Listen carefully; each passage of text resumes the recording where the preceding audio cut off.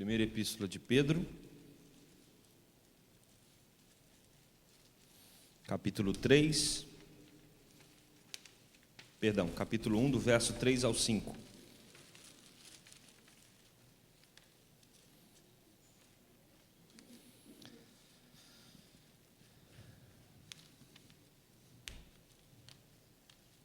Vamos ler juntos esse texto da palavra do nosso Deus? Assim diz: Bendito o Deus e Pai de nosso Senhor Jesus Cristo, que segundo a sua muita misericórdia nos regenerou para uma viva esperança, mediante a ressurreição de Jesus Cristo dentre os mortos, para uma herança incorruptível, sem mácula, imarcessível, reservada nos céus para vós outros, que sois guardados pelo poder de Deus, mediante a fé, para a salvação preparada para revelar-se no último tempo. Amém. Oremos. Querido Deus, te agradecemos pela oportunidade que temos de louvar o teu nome. Como cantamos aqui, tu és grande, tu és poderoso, tremendo, e nós estamos diante desse Deus para declarar a Ele o quanto o amamos, para declarar a Ti o quanto Te louvamos, Te bendizemos com alegria nos nossos corações. Mas estamos aqui nessa manhã também para aprendermos da Tua palavra. Então, Espírito Santo de Deus, nos mantenha atentos àquilo que o Senhor tem para nos falar. Que saiamos alimentados pela Tua palavra, instruídos pelo Senhor e alimentados mais e mais para vivermos uma vida segundo o Teu querer. Oramos no nome de Jesus. Amém. Como nós já oramos pela família, Deus levou o nosso irmão John Gordon. E se tem um nome que é famoso na história da igreja, é John. Podemos começar por João Batista, não é? Temos João, o apóstolo. Qual outro nome importante? João Calvino, João Marcos, Tem outro nome muito importante na história da igreja, João Viana, diácono emérito da igreja presbiteriana da Gávea. John Wesley, o grande avivalista, não é verdade? Ou seja, se você prestar atenção na história da igreja, foram muitos Johns que fizeram a diferença e continuam fazendo, na vida da igreja. E meus amados, eu quero falar sobre um John Hus. John Hus, ele foi um seguidor do nosso Senhor Jesus Cristo, que por causa do Evangelho, por causa da palavra de Deus, por ter dito que as indulgências desagradavam ao Senhor, isso o levou à morte. John Hus viveu no século XV, e no dia 6 de julho de 1415, o nome dele, John Hus, Hus significa ganso. Aquele homem é separado para ser queimado vivo. E aí então a igreja, naquela circunstância, a igreja católica romana, ela pergunta para ele: olha, quais são as suas últimas palavras? O que você tem para dizer aqui antes da sua morte? E John Hus fala: hoje vocês estão queimando um ganso, entretanto daqui 100 anos ouvirão um cisne cantar, vocês não o queimarão, terão que ouvi-lo. Vocês estão queimando o ganso, mas daqui 100 anos virá o cisne e vocês não terão condição de queimá-lo. A história do povo de Deus é marcada por diversidades, por dificuldades, por sofrimentos. Quando nós observamos a história, quando nós olhamos para o retrovisor da igreja, percebemos que ao longo da história, ao longo do tempo, muitos deram as suas vidas pelo Evangelho. Percebemos que o cristianismo, ele chegou até nós, e meus amados, chegou até você. Essa linha que liga você a Jesus Cristo é uma linha que tem muitos homens e mulheres que pelos séculos deram as suas vidas, derramaram o seu sangue para que o Evangelho pudesse chegar até os seus ouvidos e você agora no século 21 tivesse condições de declarar que Jesus Cristo é o seu Senhor, porque alguém contou essa boa nova de salvação para você. Mas para chegar até aqui, a igreja sofreu e sofreu muito e continua sofrendo. Vários países chamados países perseguidos onde o cristianismo é tido como uma religião intolerante, e alguns agridem violentamente os cristãos, aqueles que confessam Jesus. Então, se você prestar atenção na história da igreja, você vai perceber esse detalhe muito importante: é uma igreja marcada por perseguições, por sofrimentos. Mas, meus queridos, também é uma igreja marcada por vitória, é uma igreja marcada pela presença daquele que deu a vida por ela. E é interessante que no primeiro século, quanto mais cristãos morriam, mais cristãos apareciam. Se você for ouvir os relatos dos missionários que estão hoje nos países perseguidos, uma coisa muito estranha acontece, porque quanto mais cristãos se matam nesses países, mais cristãos aparecem. Um historiador disse, se não me engano, Joséfo, ele disse que o sangue dos cristãos é a semente do evangelho. Quanto mais sangue é derramado, mais cristãos aparecem por todo o mundo. E quando nós lemos essa carta, essa primeira epístola de Pedro, nós estamos num contexto de extrema tensão.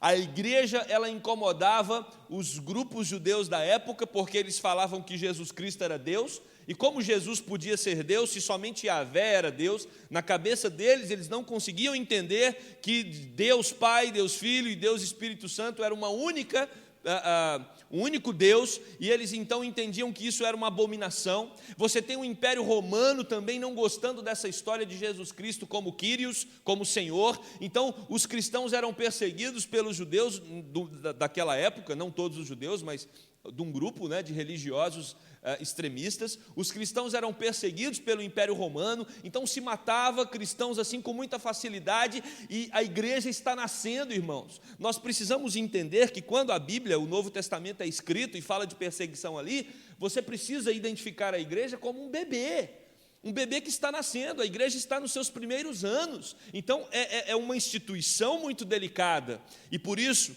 às vezes essa igreja se desanimava. E quando você lê qualquer carta do Novo Testamento, e você percebe os apóstolos incentivando a igreja a permanecer em santidade, a permanecer firme no Senhor, provavelmente é porque aqueles irmãos estavam desanimados. E Pedro está escrevendo para uma igreja que está lá no interior da Ásia, uma igreja que está sofrendo, uma igreja que já está quase perdendo as suas forças na luta pelo Evangelho. E o apóstolo Pedro então vai dizer: vocês precisam continuar firmes, porque nós temos uma missão, que é levar o Evangelho para todo mundo. Nós temos um mandato de Deus. Cristo deixou um mandato para nós, que era proclamarmos essas boas novas de salvação a todos que estão espalhados pela terra. Façam isso com alegria, mesmo diante de tantas provações. Aqueles irmãos, inflamados por adversidades, eles são convidados então a louvar o Senhor. Por que eu devo louvar a Deus mesmo quando as coisas não vão bem? Porque quando tudo vai bem, quando nós ganhamos uma dádiva do Senhor, um presente do Senhor, nós temos razão para louvar, para cantar, nós nos deslocamos para a casa de Deus com alegria. Mas e quando as coisas não vão bem?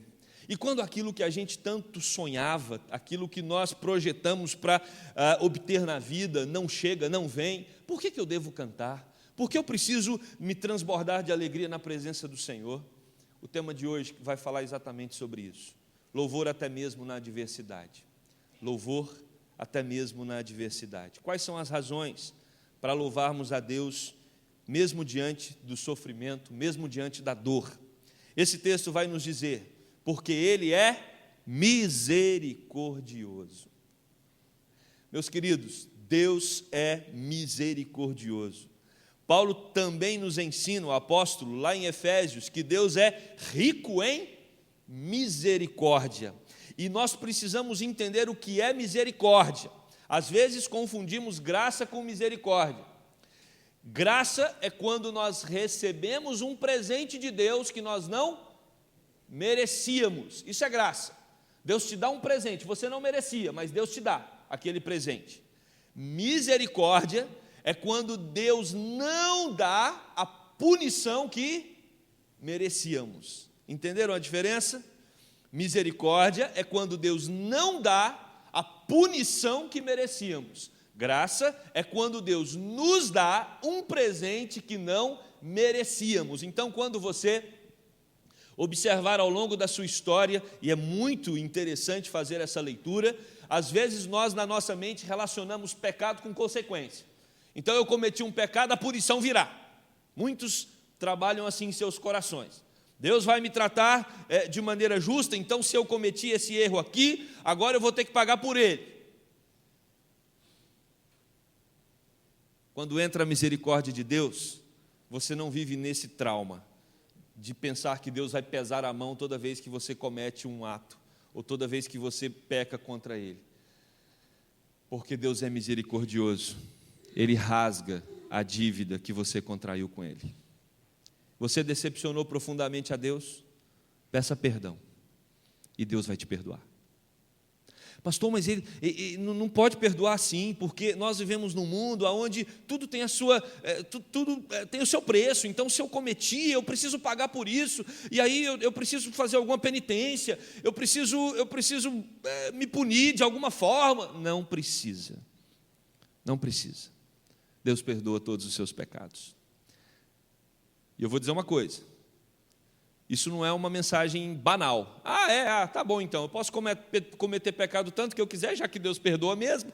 Quem pensou assim foram os crentes da igreja de Roma. Então já que eu peco e Deus perdoa, eu posso pecar muito, porque quanto mais eu pecar, mais Deus vai perdoar. Então se eu quero experimentar muito perdão de Deus, é só eu pecar muito.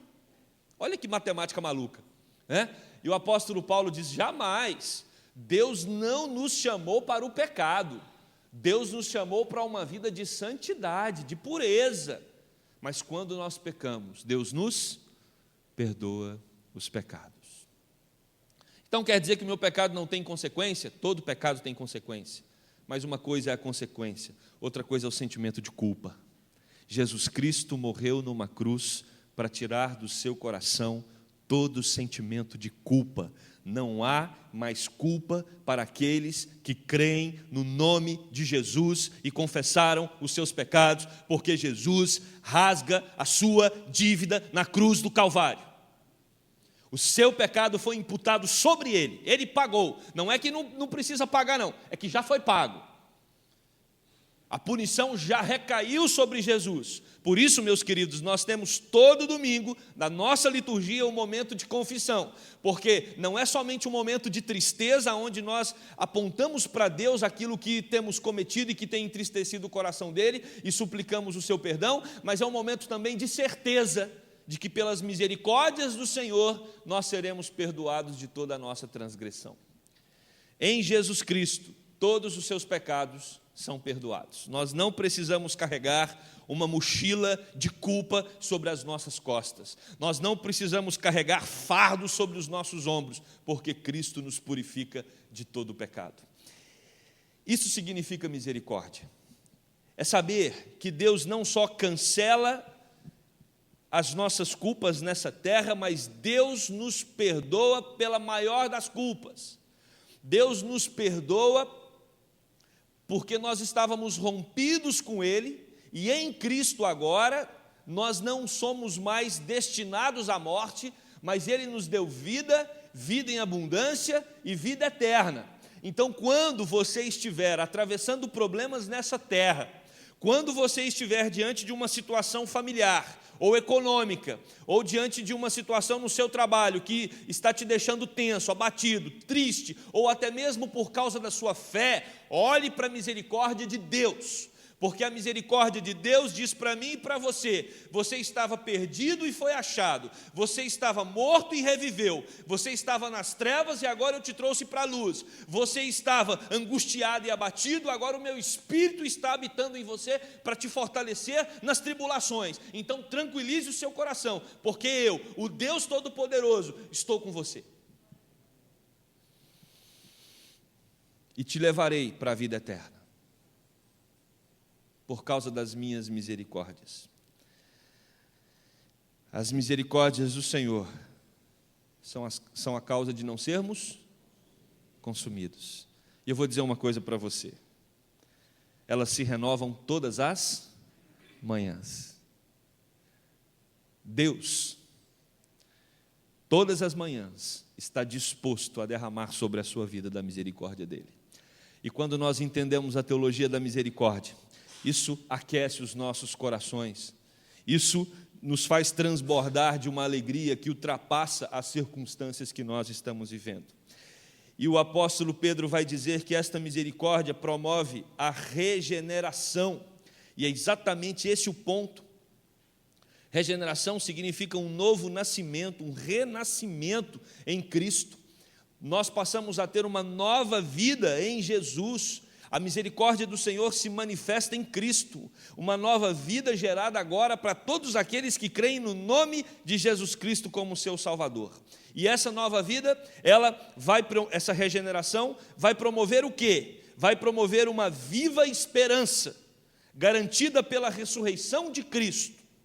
Todos aqueles que professam Jesus Cristo como Senhor, eles não têm uma esperança subjetiva. Será que vai acontecer? Será que não vai acontecer? Será que vai se concretizar esse fato na minha vida ou não? Não é alguma coisa fundamentado em possibilidades, é algo fundamentado numa certeza. Por isso o apóstolo Pedro vai dizer que essa misericórdia promove regeneração, e essa regeneração, que é uma nova vida, vai promover a viva esperança. O crente que tem Jesus em seu coração, ele não titubeia, ele não fica em dúvida, ele não vacila. Será que eu viverei com Deus para sempre ou não? Será que realmente Jesus morreu por mim ou não? Não, ele tem uma viva esperança. O coração dele tem plena convicção de que ele é um filho de Deus e viverá com ele por toda a eternidade. Meus irmãos, imagine uma situação de adoção. Você vai até um orfanato ou você entra no processo para adotar uma criança, você traz essa criança para morar na sua casa com você, você cuida dessa criança por 1 ano, por 10 anos, por 20 anos, ela, claro, já sabe que ele é um filho adotivo ou uma filha, e aí lá na frente você pergunta: filho, você tem certeza que o papai e a mamãe te amam? Ou te amam? E ele responde: não sei. Eu não sei se vocês me tratam como filho, eu não sei se vocês me amam como um filho. Eu tenho dúvidas. E aí, papai e a mamãe às vezes precisa dizer para você: olha, você estava abandonado, e nós fomos lá e resgatamos você. E durante todos esses anos, dia após dia, nós evidenciamos o nosso amor para com você. Você não pode ter dúvidas do nosso amor para contigo.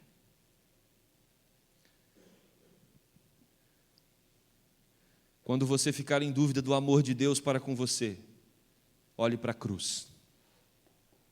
Você não pode ter dúvidas de que Deus te ama. Você não pode ter dúvidas do quanto Deus te ama, porque a cruz revela o grande amor de Deus para conosco.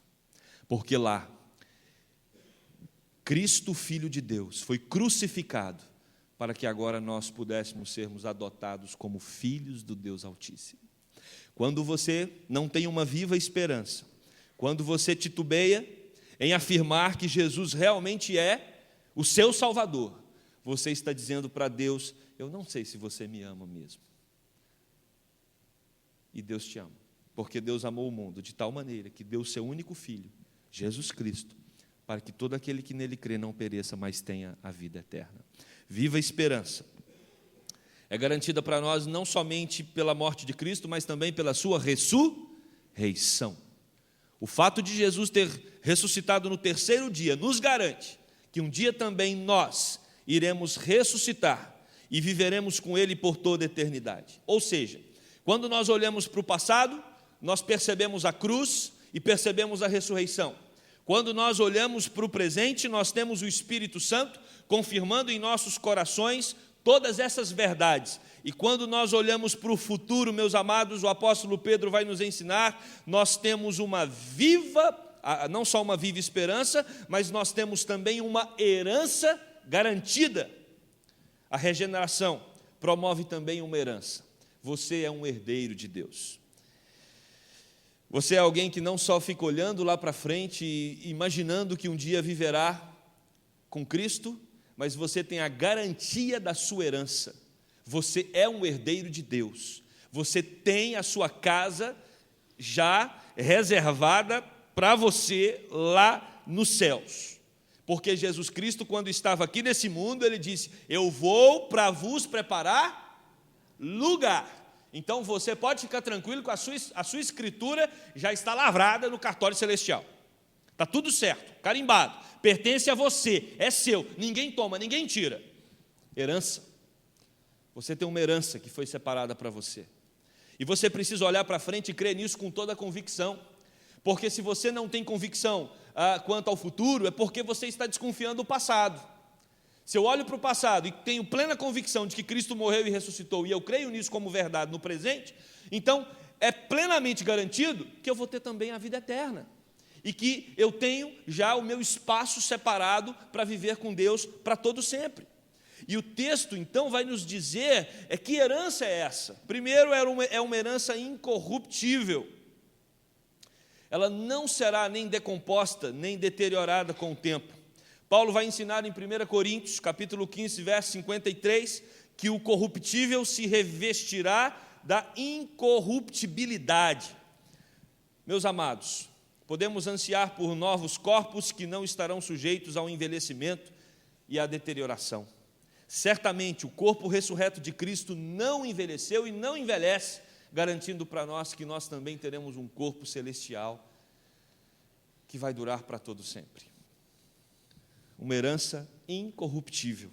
A herança que está guardada para nós é uma herança sem mácula, despoluída. Nunca mais o pecado ou Satanás nos arrastará para a iniquidade ou para qualquer ação contra o nosso Deus que é santo, santo, santo. Seremos completamente desintoxicados de toda impureza, maldade e desobediência.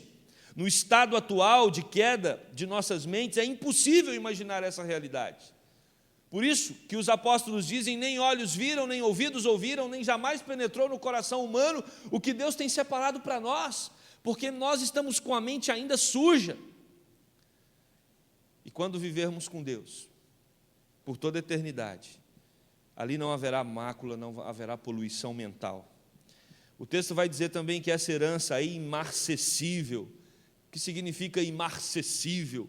É uma herança que não murcha. A salvação que Deus garante aos seus filhos jamais vai perder a beleza e o frescor. Nós viveremos sempre com aquilo que tantos estão procurando. Viveremos sempre num estado de juventude, de energia, de alegria plena. É plenitude da presença de Deus, é plenitude de saúde, é plenitude de comunhão, é plenitude, é tudo aquilo que nós tanto sonhamos aqui na terra e não conseguimos. É tudo aquilo que nós almejamos e não adquirimos, por uma razão muito simples. Nos céus, Deus se fará plenamente presente, sem nenhuma corrupção, sem nada de ruim. A plena presença de Deus transbordará os nossos corações de paz, de alegria e de vida. Está reservado para nós nos céus, diz o texto aí. Está reservado para nós nos céus. Está reservado. É tão bom quando você é convidado para um aniversário, vai para um restaurante e ali tem uma mesa, o restaurante lotado, fila de gente querendo entrar, mas tem uma mesa que está com uma plaquinha dizendo o quê? Reservado. Seu lugar está garantido. A plaquinha já está lá nos céus, com seu lugar dizendo reservado e com seu nome embaixo. E você vai viver ali com Cristo e com os santos por toda a eternidade. Um comentarista vai dizer que esta herança não pode ser tocada pela morte, não pode ser manchada pelo mal e não pode ser prejudicada pelo tempo. É uma herança eterna. E Deus reservou esse lugar para você que crê no nome de Jesus Cristo. Esse lugar está guardado pelo poder de Deus, diz o texto. Essa herança é protegida pelas mãos do Todo-Poderoso. Ninguém vai entrar lá e vai roubar. Ninguém vai impedir você de ter acesso a ela. Essa herança é mediante a fé e para a salvação. Quando Pedro diz, o apóstolo, que é mediante a fé e para a salvação, Pedro está dizendo que você não precisa fazer nada para obter essa salvação. Não é por meio de obras. Não é por meio de merecimento, não é por meio de contribuições, não é por meio de ofertas, não é por meio de dízimo, não é por meio de nada. Você não tem o que fazer, porque é de graça. É de graça. É mediante a fé. Pastor, mas eu não tenho que fazer nada. Uma coisa só: precisa crer em Jesus Cristo. Mas eu vou dizer algo, você vai aprender na sala de princípios básicos da fé, depois que você crê, que até o fato de você crer, o Espírito Santo já estava trabalhando antes, trabalhando em seu coração para que você confessasse Jesus como Senhor. É mediante a fé. Essa foi a grande descoberta de homens e mulheres ao longo da história. Não é pelo que eu faço, não é pelo meu mérito, é pela obra de Jesus Cristo. É pela fé. Creia em Jesus e você vai experimentar todas as bênçãos de ser um herdeiro de Deus. E quando você crer em Jesus, você vai experimentar o que é misericórdia. Experimentando o que é misericórdia, você terá condições de se alegrar mesmo diante das adversidades. E você terá razões para louvar mesmo com problemas cercando a sua vida, porque você vai entender que mesmo diante de sofrimento, mesmo diante de problemas, você tem alguma coisa que está reservada para você na eternidade e ninguém pode tirar, que é a sua salvação em Cristo Jesus.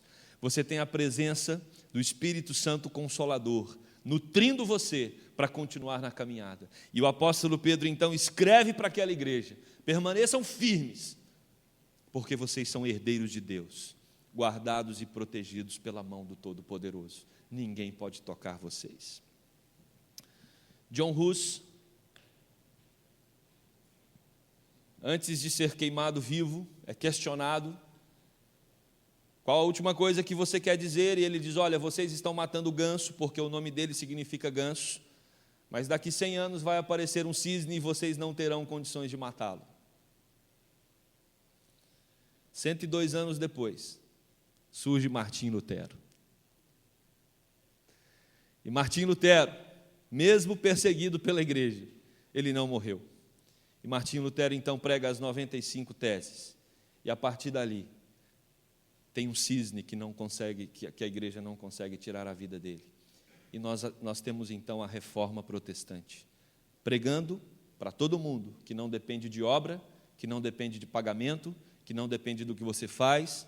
A salvação é pela fé em Cristo Jesus. E é essa salvação que a Igreja Presbiteriana da Gávea e tantas outras continuam proclamando.